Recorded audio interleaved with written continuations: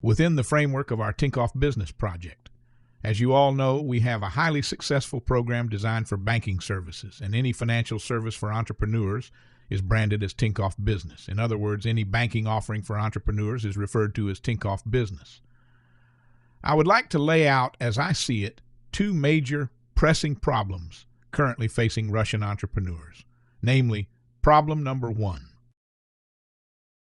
This, in fact, is the fundamental problem that arises from the simple fact that we have, of course, a situation in which Russians in Russia possess no real horizons for planning, no sense of how far ahead things will go. And the more I plan ahead, the more your business will prosper, becoming as successful as the Tinkoff business. Darya, dumplings, and anything else you can name. In other words, you must plan far ahead. In short, this is the main and first problem, accounting for about 2/3 of the whole. Even though God loves the Trinity, there will not be thirds. That is, the first priority is simply the horizon of long-term planning. Please stop planning for 2 years or for 3 years and so on, at least for now. This is absolutely not suitable. You should plan for at least 5 years. This is the bare minimum, and it would be better still to plan for 10 to 15 years. Above all else, the young people should come first. At the age of 25, in 15 years, you will turn 40. Please take careful note. Therefore, plan for a 15-year horizon, and your business will become successful. Again, the primary and initial problem of failures. Here we explain why businesses in Russia tend to fail, because the planning horizon is very short indeed. You ought to plan your own enterprise for a span of 5, 10, or 15 years, and refrain from drawing dividends during the first 3 years, and not attempt to purchase an apartment in Moscow City or in your prestigious newly constructed development in Yekaterinburg, Perm, Saratov, or Leninsk. In Kuznetsk, that is, plan for the long term and do not siphon money out of the business. The second problem among Russian entrepreneurs is the lack of a win-win mindset. In the West, there is a concept called win-win.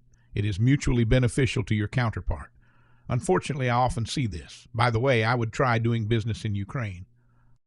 There's even more widespread activity around this matter, extending into many circles, both publicly and privately. This entire arrangement is aimed at the security service, and he gets nothing in return. Now, see, if you have such a deal, let's call it a pie.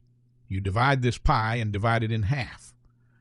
That is, as I understand it, what's happening now in the Russian paradigm. People begin taking bites from it for themselves, taking their own small piece, and that's how I had it at that moment. And he was green about it, and it went something like this, exactly. In other words, in practical terms, it's no longer a win-win for you because the other side wants to turn things around so that you end up with less. And this is the endless struggle over dividing the pie. That is, our entrepreneurs try to deceive their counterpart, outsmart him, and so on and so forth. Fundamentally wrong. A paradigm. This is wrong because it is the fundamental mistake of Russian entrepreneurs. What should be done, in other words, is that we should enlarge this pie. That is, instead of sharing here and fighting over it, make it bigger. The pie should be like this. Share it, and now look, even split it 50-50. A win-win indeed. That is, you benefit from him. But even now, look at how much more blue there is, and also how much more green there is, you understand? That is, this is incomparable to the fact that here you are trying to cheat and punish each other with what you will earn by substantially enlarging this slice of the pie.